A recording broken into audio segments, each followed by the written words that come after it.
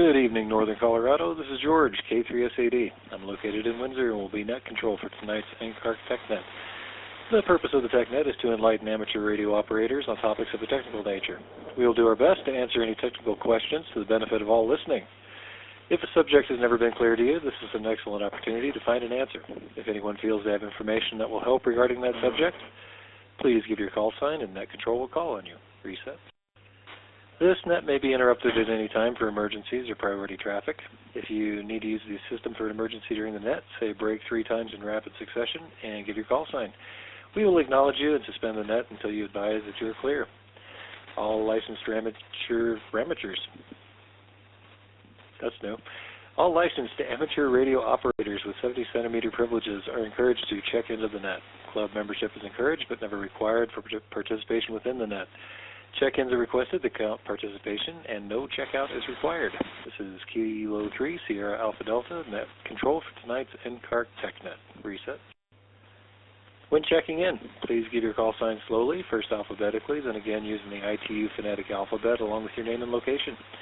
When checking in, please state if you have a topic you would like to discuss. I will be taking check-ins in groups of 3. When I've recorded the first group of 3, I'll move on to the next, barring doubles. In the interest of time, I'll read back all recorded call signs after the conclusion of the first full round of check-ins. If I have made any mistakes, please call net control with corrections at that time. I will now take check-ins from over the air or Echo Link if you feel so bold. Prefix is Alpha through Mike. Alpha through Mike, please call now. This is Whiskey Zero Delta Papa Charlie, W0DPC, Donald, North Longmont, and I do have a topic. Over. W0KJM, Whiskey Zero Kilo Juliet Mike Kyle, Fort Collins, no topic. This might be a slow night. I'll take anything Alpha through Zulu. Alpha through Zulu, please call now. This is N0EMP, Greg in Fort Collins, with Debbie, K0DBE, no traffic. This is N0NYY, November Yankee, Clark and Evans. I am with N0QX2, November 0 Quebec, X-ray Quebec, Gene, and I have an announcement. This is Kilo Charlie Zero, Mike November Zulu, Dustin, out in Kersey. I have no traffic. Got those. Go ahead with the next 3. Good evening. Kilo 2, Alpha Delta, K2AD, Doug in Longmont. No traffic. This is Kilo Echo 0, Mike Echo, KC0ME, Dick, Loveland, no traffic. This is KF0SHW, Kilo Foxtrot 0, Sierra Hotel Whiskey, Mary at Johnstown, no traffic. Got those 3. Go ahead with the next. Quebec Golf Tango, John and Eaton with no traffic, KF0QGT. This is KF0 Norm, Johnstown, no traffic. Going to hold up there. Last station calling from Johnstown. You were really weak into the repeater. Couldn't quite make that out. Do you want to try one more time? Kilo Foxtrot 0, Sierra Hotel X-ray. Norm, Johnstown, no traffic. Got better? Got you that time. Go ahead with the next 3. This is 8UGF, Alpha, Echo 0, Red Hotel. This is Kilo Charlie 0, Zulu Papa Yankee, KC0ZPY, Jack Loveland, no traffic. Okay, let's go with the next 3. Okay, this is K3SAD, net control for tonight's TechNet. Let me make sure I have this.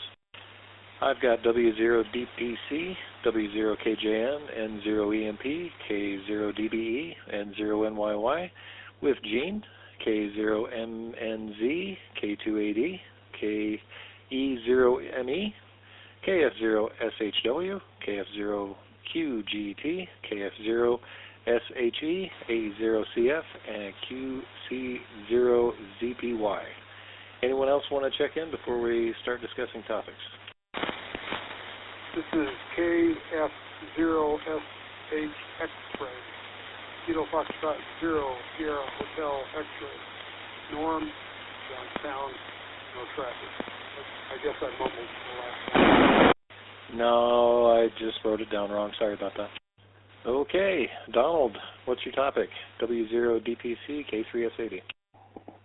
Okay, thank you.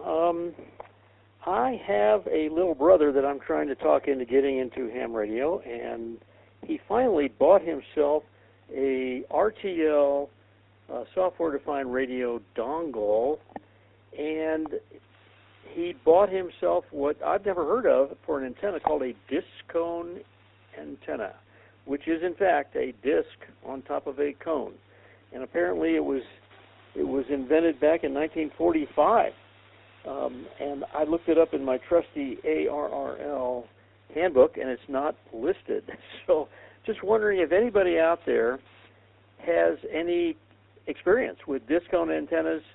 The few articles I found said that they were great for reception, very wide band, but lousy for transmission. And that's all I know about it. But I'd like to hear anybody else if they have any experience with disc cone antennas. Back to net. Over. NYY. Go ahead, Bart. So the advantage to a disc cone is it has phenomenal bandwidth. It is okay to transmit with, but it doesn't have a lot of gain. It's very easy to have a whole lot more gain than a disc cone, but with gain comes a reduction in bandwidth. So it kind of depends on your priority. There's a cousin to the disc cone called a biconical. It's basically two cones instead of a cone and a disc. And it has even broader bandwidth in most cases, and it has an added advantage that the gain of the antenna is steady or consistent at nearly any frequency.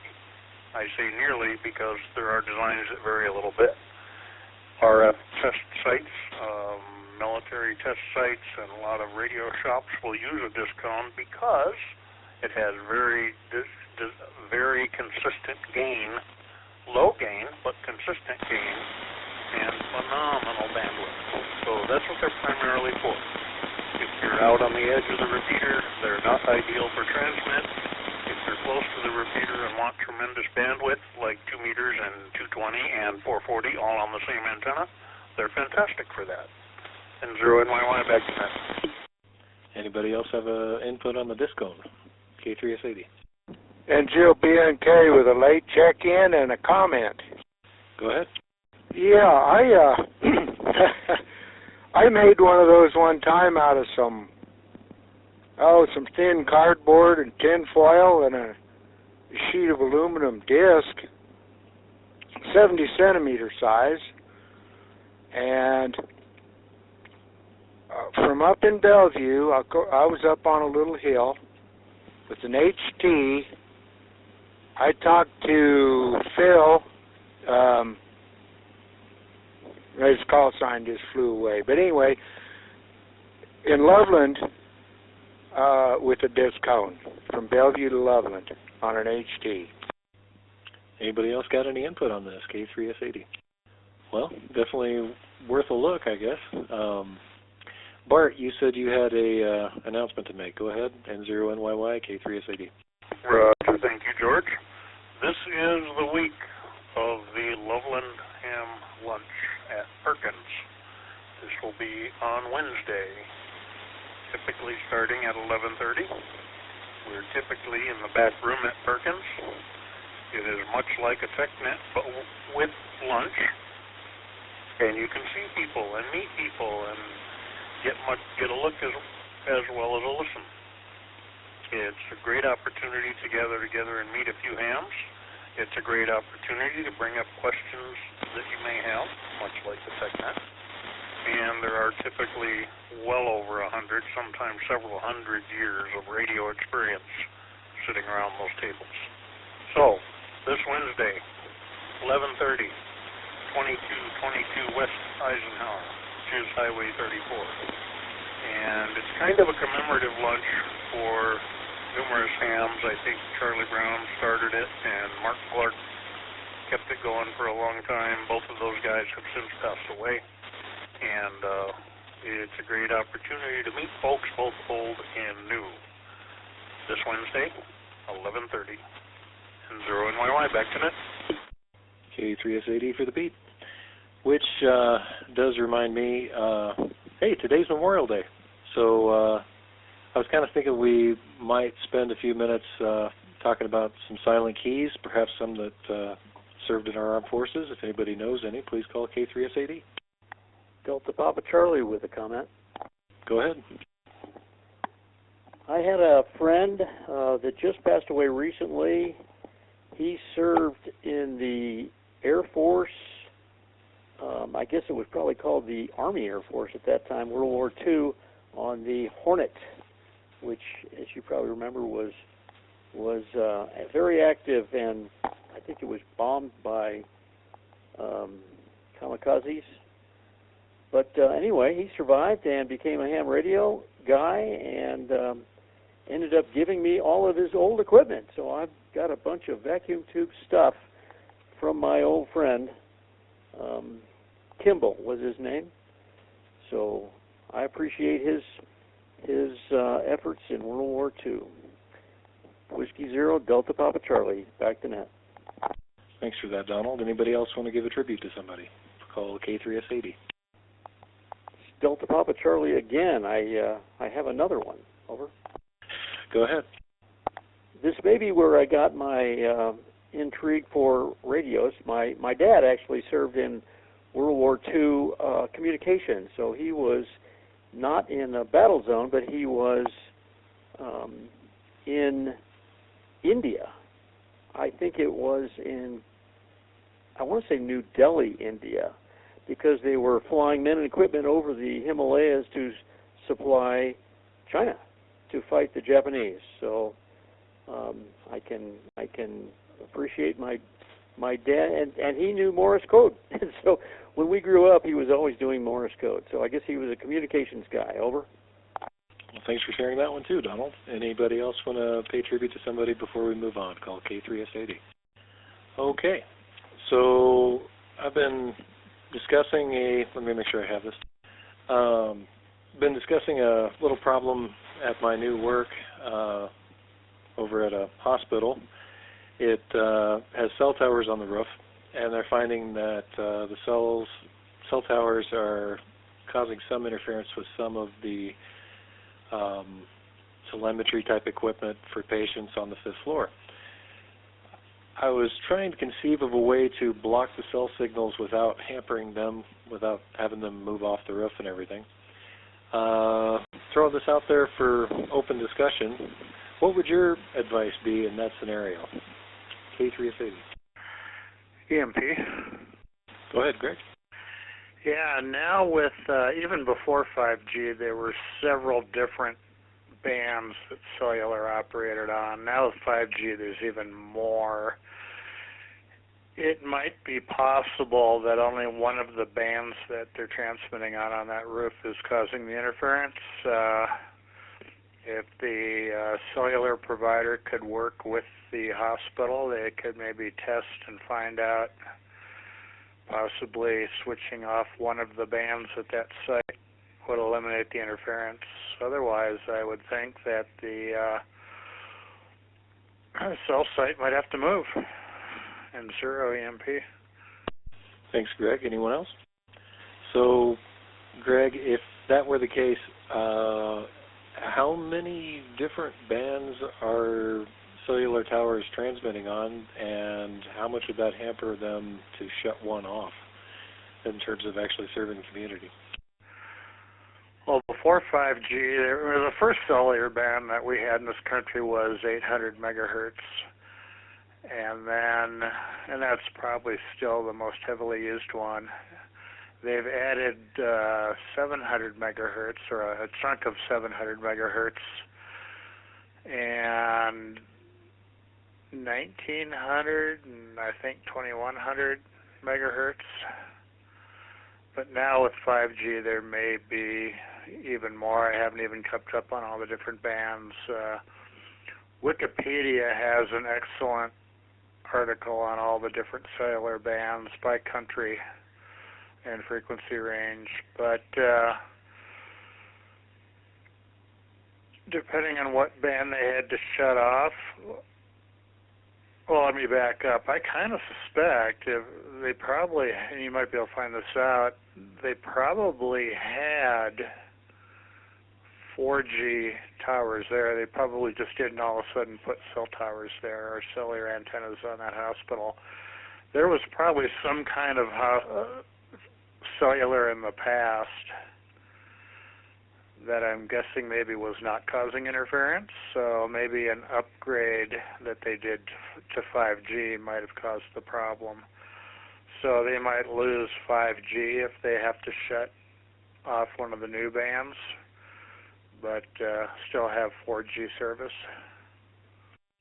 Yeah, it's definitely a moving target historically because, as you're saying, cell providers are changing their equipment from time to time, but also same thing on the other side of the roof.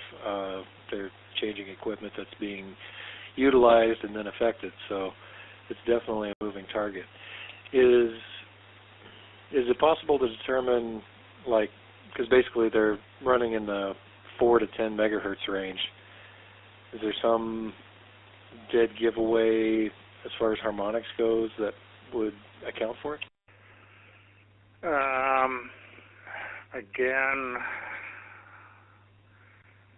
if they're that far away from the cellular bands, it might be a defective piece of equipment that's radiating something it shouldn't be. I don't know. But best bet would be the cellular providers have all the test equipment as far as service monitors and everything else that they would need to make sure that, first of all, their equipment is operating the way it's supposed to, and then maybe be able to find out what's causing the interference by turning things off one band at a time. Okay, that sounds good. What do you think about my crazy idea of trying to ground my way out of the problem? Do you think that would be ineffective?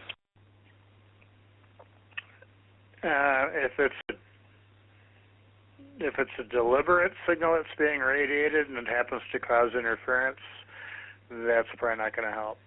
If it's some kind of stray, spurious thing that's getting in through wiring or something, that might help, but I wouldn't be optimistic of that.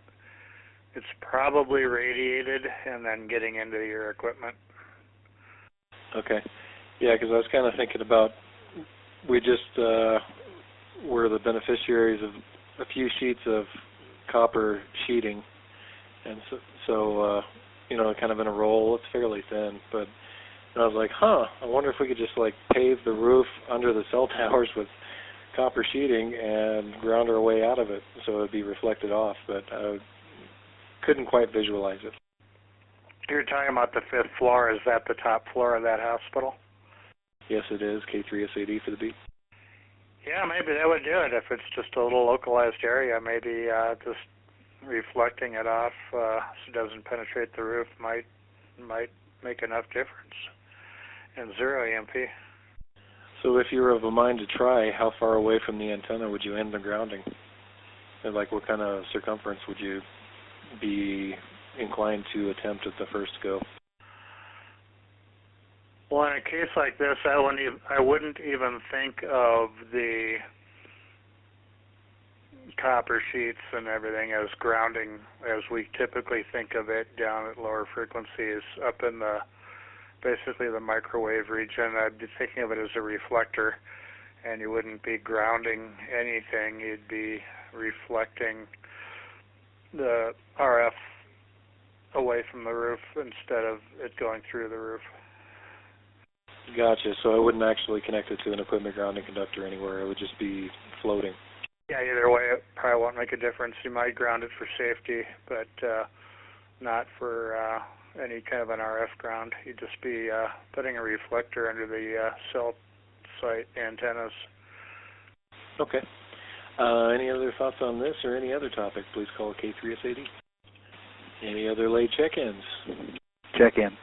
Got you in there, Marty. Anyone else? WB5TEX, Whiskey Bravo 5, Tango Echo X-Ray. Dale, no traffic. Man, that was a bad guess. Sorry, Dale. Anyone else? All right. That will conclude tonight's TechNet. This is K3SAD, Net Control. Net Control would like to thank each station for their participation. We had a total of 17 check-ins tonight. This net will occur again next Monday at the same time on this repeater. This is K3SAD, closing the net at 6:24 p.m. 7-3, and good night, everyone.